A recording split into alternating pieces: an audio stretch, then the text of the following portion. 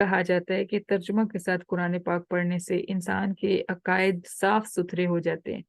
اس کے اندر کسی قسم کا ٹیڑھ نہیں رہتا، کسی کی قسم کی کجی نہیں رہتی، تو ترجمہ پڑھنا بہت زیادہ ضروری ہے۔ پھر اللہ تعالیٰ فرماتے ہیں کل حل من شرکائکم من یہدی الی الحق، کیا تمہارے ان معبودوں میں سے کوئی ہے جو تمہیں رہنمائی کر سکے حق کی طرف؟ حق کی طرف کیسے کوئی رہنمائی کرے گا؟ قل اللہ یہدی للحق، تو جواب دے اللہ تعالیٰ رہنمائی فرماتا ہے حق کی طرف۔ افمن یہدی الی الحق یحق ان یتبع امن لا یہدی الا ان یہدی، اللہ فرماتے ہیں کیا وہ ذات جو حق کی طرف رہنمائی کرتی ہے زیادہ حقدار ہے کہ اس کی پیروی کریں، یا وہ زیادہ حقدار ہیں کہ جن کے ان کی پیروی کی جائے جن کو جو رہنمائی کر نہیں سکتے بلکہ الٹا ان کی رہنمائی کی جاتی ہے؟ یعنی جو بت ہیں ان کو تم خود اٹھا کے سائڈ پہ رکھتے ہو، تمہیں خود ان کی رہنمائی کرنی پڑتی ہے کہ اب بت کو یہاں ہونا چاہیے، اب بت کو یہاں ہونا چاہیے، تم خود ان کو اٹھا کے ان کی جگہ بدلتے ہو۔ اسی طرح میت بھی ہوتی ہے، میت کے بارے میں ہمارے ہاں بہت ہی عجیب کانسیپٹ ہے کہ جب تک وہ زندہ ہوتا ہے ہم سمجھتے ہیں کہ وہ محتاج ہے، اس کے پاس اختیارات نہیں ہیں۔ جو ہی کوئی فوت ہو جاتا ہے، کوئی بزرگ اس جہان سے چلے جاتے ہیں، تو ہم سمجھنے لگتے ہیں کہ اب ہمارے بھی مالک یہی بن گئے، اب ہماری ضرورتیں بھی انہوں نے ہی پوری کرنی ہے، یعنی ہم بہت ہی الٹ سوچنے لگتے ہیں، جبکہ ایک میت زیادہ محتاج ہوتی ہے ایک زندہ کی نسبت۔ میت کو تو خود اپنا ہاتھ بھی نہیں ہلا سکتی، زندہ تو پھر حرکت کر سکتا ہے۔ میت کو تو زندہ لوگ جہاں پہ اٹھا کے رکھتے ہیں وہیں رکھی جاتی ہے، جہاں پہ لے کے جاتے ہیں وہیں چلی جاتی ہے، اس کے اپنے پاس کوئی اختیار نہیں رہتا۔ تو ہمارے ہاں مردے جو ہیں وہ سمجھا جاتا ہے کہ وہ زیادہ کام کے ہو گئے ہیں، زیادہ طاقتور ہو گئے ہیں، زیادہ اختیارات آ گئے ہیں ان کے پاس،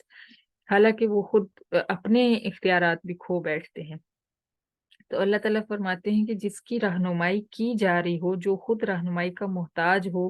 کیا وہ زیادہ حقدار ہے اس بات کا کہ اس کی پیروی کی جائے، یا وہ زیادہ حقدار ہے کہ جو خود رہنمائی کرتا ہے اوروں کی؟ کئی فتح کمون مالکم کئی فتح کمون، تمہیں کیا ہو گیا ہے، تم کیسے فیصلے کرتے ہو، کیسا سوچتے ہو تم؟ وما یتبع اکثرهم الا ظنا، پھر فرمایا کہ مشرکوں میں سے اکثر جو ہیں وہ صرف گمان کی پیروی کرتے ہیں۔ آپ نے سنا ہوگا یہ لوگ جو لوگوں کو گمراہ کر رہے ہوتے ہیں ان کے پاس قرآن کی کوئی آیت نہیں ہوتی، نہ کوئی حدیث ہوتی ہے، ان کے پاس صرف قصے کہانیاں ہوتی ہیں، ظن ہوتا ہے، گمان ہوتا ہے۔ 10 بیویوں کی کہانی لے لیں، بی بی فاطمہ کی کہانی لے لیں، یہ جو کہانیاں ہوتی ہیں نا، یہ یہ گمان ہوتے ہیں، یہ کسی کے ذہن میں ایک فلم سی چلی، اس نے قلم لیا اور اس کو لکھ دیا، اور یہ نہیں پتا کہ اس کے اس شاہکار سے کتنے لوگ گمراہ ہو رہے ہیں۔ یہ ایک مثال ہے، ایسی ہزاروں چیزیں اس ٹائپ کا جو کچھ بھی ہو، جو صرف قصے اور کہانیاں ہوں، جس کے اندر قرآن کی کوئی آیت دلیل کے طور پہ نہ ہو، حدیث مبارکہ نہ پیش کی جا رہی ہو، وہ سوائے گمراہی کے کچھ بھی نہیں ہوتا۔ اور ایسا ہوتا ہے ہمارے ہاں بھی، بہت ساری چیزیں گمان جو ہیں وہ گمان کے طور پہ، جیسے کالی بلی راستہ کاٹے تو جو ہے نحوست ہوتی ہے، واپس آ جانا چاہیے، شام کو جھاڑو نہیں لگانا، بازو کے اوپر دھاگے باندھ لینے ہیں، اس طرح کی چیزیں، یہ سب مشرکوں کا گمان ہے، اس میں اس کی دین کے ساتھ کوئی اس کا تعلق نہیں ہے۔ جب بھی صفائی کی ضرورت ہو آپ گھر صاف کر سکتے ہیں، چاہے رات ہو دن ہو، جب بھی کہیں جانا ہو، جب آپ نے اللہ تعالیٰ سے مشورہ کر کے کوئی عزم کر لیا ہے تو آپ جائیں، چاہے کالی بلی آئے چاہے سفید بلی آئے، کچھ بھی ہو۔ بہت ساری چیزیں ایسی ہیں جو ہم لوگوں نے گمان ہمارے معاشرے میں بنے ہوئے ہیں، اور ان کے اوپر یقین جو ہے وہ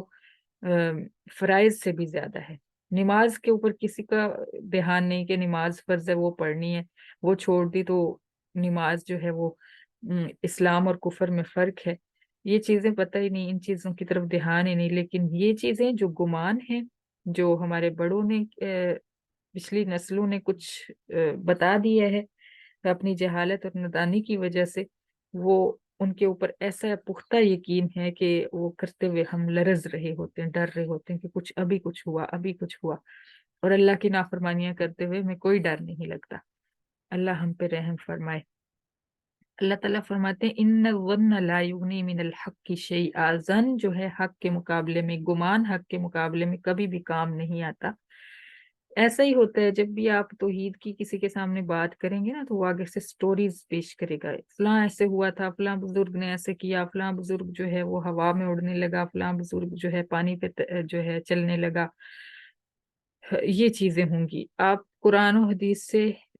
پوچھیں ان سے اس کا ثبوت کوئی، یا قرآن و حدیث سے دلیل مانگیں تو کچھ بھی نہیں ہوگی، اور قرآن کے مقابلے میں جھوٹ اور کہانیاں ٹھہر نہیں سکتی۔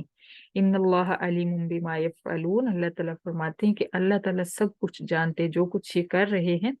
ان کو اس کی سزا ملے گی۔ وما کان ھذا القرآن ان یفتری، پھر مشرک کہتے تھے کہ یہ قرآن جو ہے نبی نے خود گھڑ لیا ہے۔ اللہ تعالیٰ فرماتے کہ یہ ایسی کتاب ہی نہیں ہے کہ کوئی اس کو گھڑ سکے، من دون اللہ، اللہ کے علاوہ، یہ اللہ کا کلام ہے۔ اور یہ اتنی بڑی نعمت ہے اگر آپ اس کو سوچیں کہ کائنات کا رب اور پوری جو جتنے بھی جہان ہیں ان سب کا رب، اس نے اپنی گفتگو، اپنی باتیں، اپنا کلام ہمارے ان ناپاک ہاتھوں میں پکڑا دیا ہے۔ تو آپ اس